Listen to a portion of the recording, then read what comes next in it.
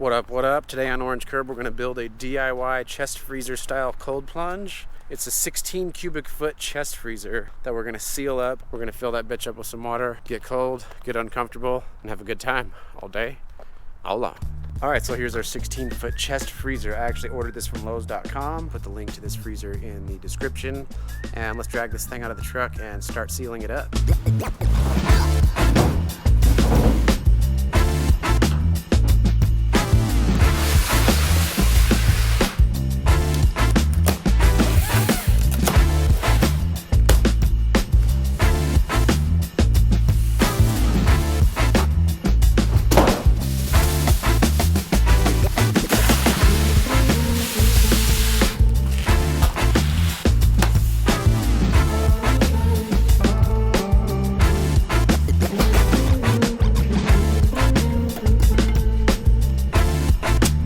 Alright, so now we're going to start sealing it up. So I got some, what is this? Gorilla waterproof caulk and seal.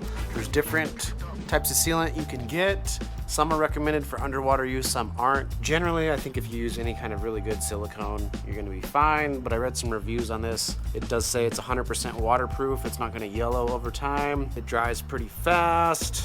A lot of these sealants are not recommended for underwater use. Seal up all the cracks in the edges. We're gonna let it cure for about 24 hours, and then we'll put the rest of the build together tomorrow. So let's go ahead and seal this up, and we'll wait overnight and see how this goes. I'm also gonna take a minute just to wipe the freezer out real quick, just to make sure none of those little styrofoam pieces or anything is in the way of my cracks and seals. That way I get that silicone in there and no debris gets stuck in there. So we're gonna wipe it out real quick and then get to sealing it, and we'll see how that goes.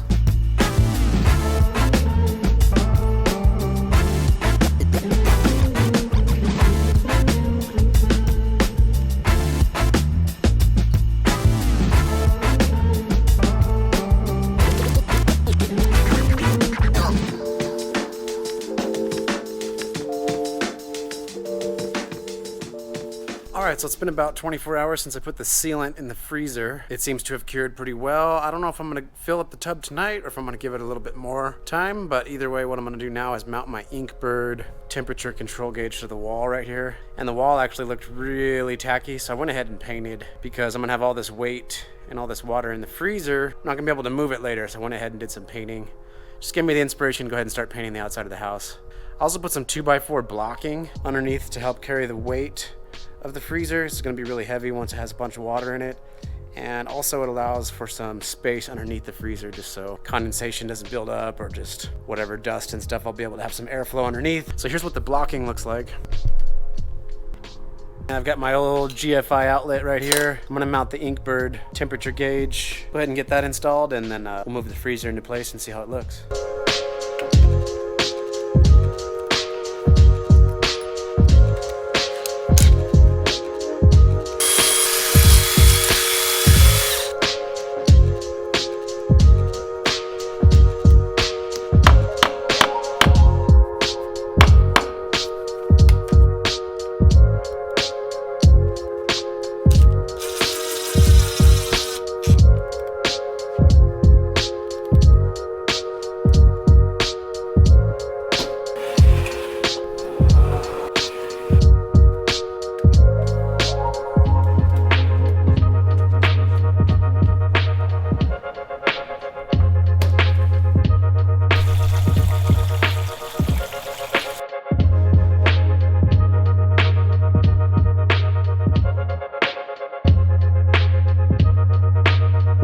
So far so good, no leaks. I'm gonna pretty much stop filling up the tub here pretty quick because you need some room for a person to get in to offset the volume of the water. Go ahead and shut the hose off here in a sec, get that temperature gauge set up, and then be ready to go here in about 24 hours. You can always speed up the process by adding some ice all day, every day.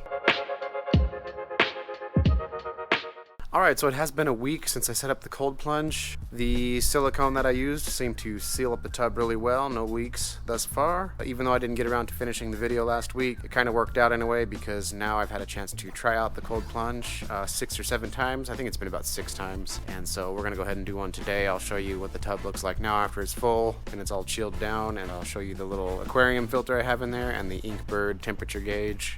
So let's take a look at that, and then we'll take a dip here on a Sunday morning.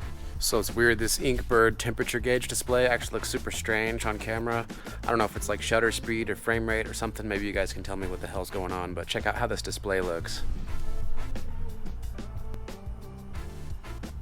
So the Inkbird has a 2-degree variance, and so basically whatever you set it for, it will fluctuate between 2 degrees below or 2 degrees above that. So I set it for 45 degrees, figured that'd be a good temp, plus it equals 9, and everything's all about 9s in my life. So right now it's about 46.6 or something, 47. So I put another thermometer in the tub, see if the thermometers that I have are accurate with one another, so let's check that out.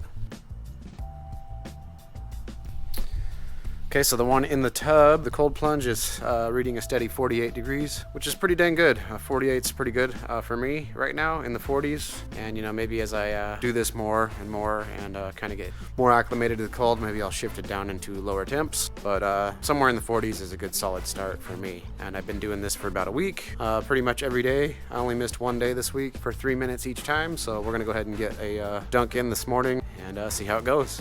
Another thing I added to my build, inspired by, I think his name's Project Cameron, I'll link his channel down below, was this pretty small scale aquarium filter. So I put that in there. It's a little UV carbon filter type thing, like for a small aquarium, and I think it's rated for like 80 gallons or more. I don't know exactly how many gallons I have in this tub, but I remember looking it up before and determining that it was just right about the right amount. So here's what that little filter looks like.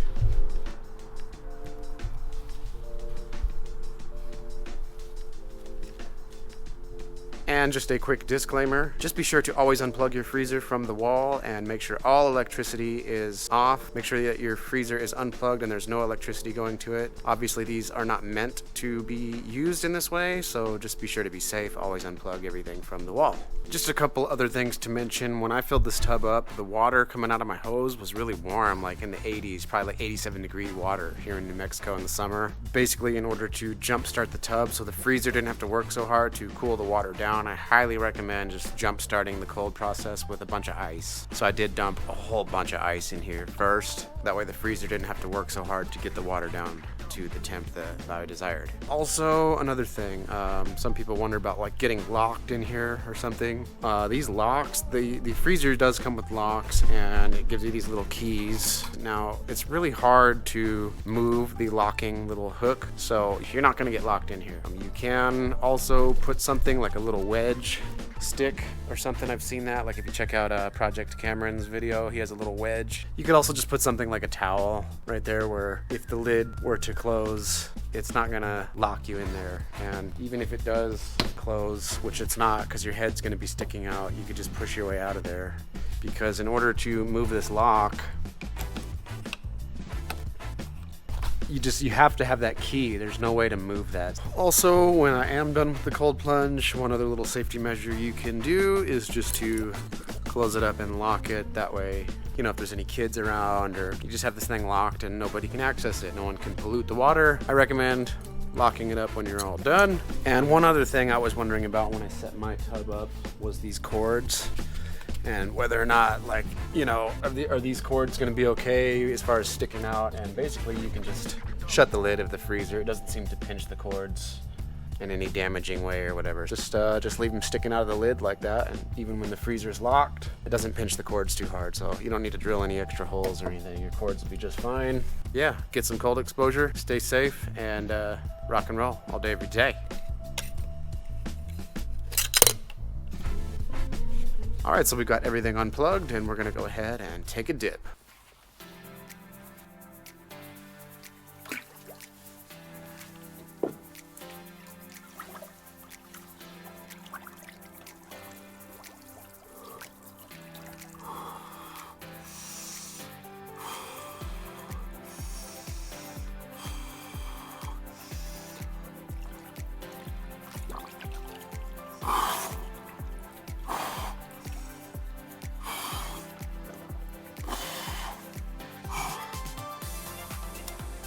So for the first 20 to 30 seconds, you really just need to control your breathing. There's ups and downs. There's different moments throughout your cold plunge where you'll want to get out, but just stick it out. You will find solitude and moments of peace and tranquility. So because I've got this temperature controlled and I don't have to go get ice every single time, I'm really able to get a consistent cold plunge on the daily. And yeah, so far it's been working out really nice. I think this is the 7th time. So I got the tub all set up a week ago Sunday, and it's Sunday again. And the weeks just keep flying right on by. 2 minutes deep, about a minute to go. Still kicking at a steady 46 degrees, which is pretty damn cold. Definitely enjoying the cold plunge. There's 3 minutes already.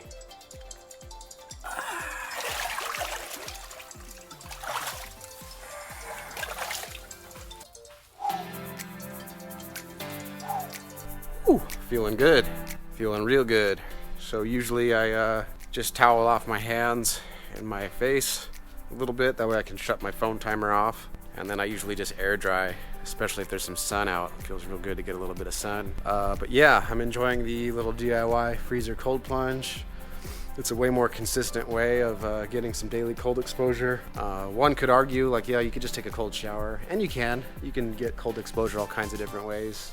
Cold showers work. The thing is my water, especially during the summer, isn't even that cold. Plus, you have the warm knob. You always have the knob right there. You can ease your way into the warmth, and you know, something with like a cold bath, it's just all cold all the time. There's just no shortcuts, and you're just completely submerged. So I really like the whole cold exposure, like full dip.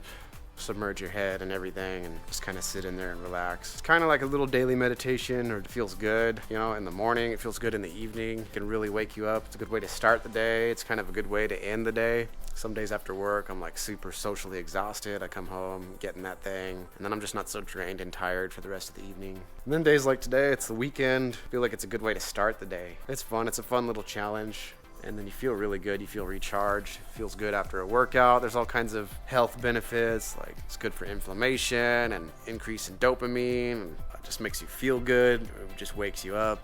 Maybe it is just some trend, whatever, it's fun. I like messing around with different challenges and different things that are beneficial to one's health. I just like experimenting, so. Anyway, I hope you enjoyed this little DIY cold plunge. Links to everything will be in the description below, and if you have any questions or comments, throw them down below. I'll give you guys some updates just to see if everything holds up. I think it will. I mean, you could go all out and do pond shield and do all this crazy stuff, or maybe you could just kind of keep it simple like I did.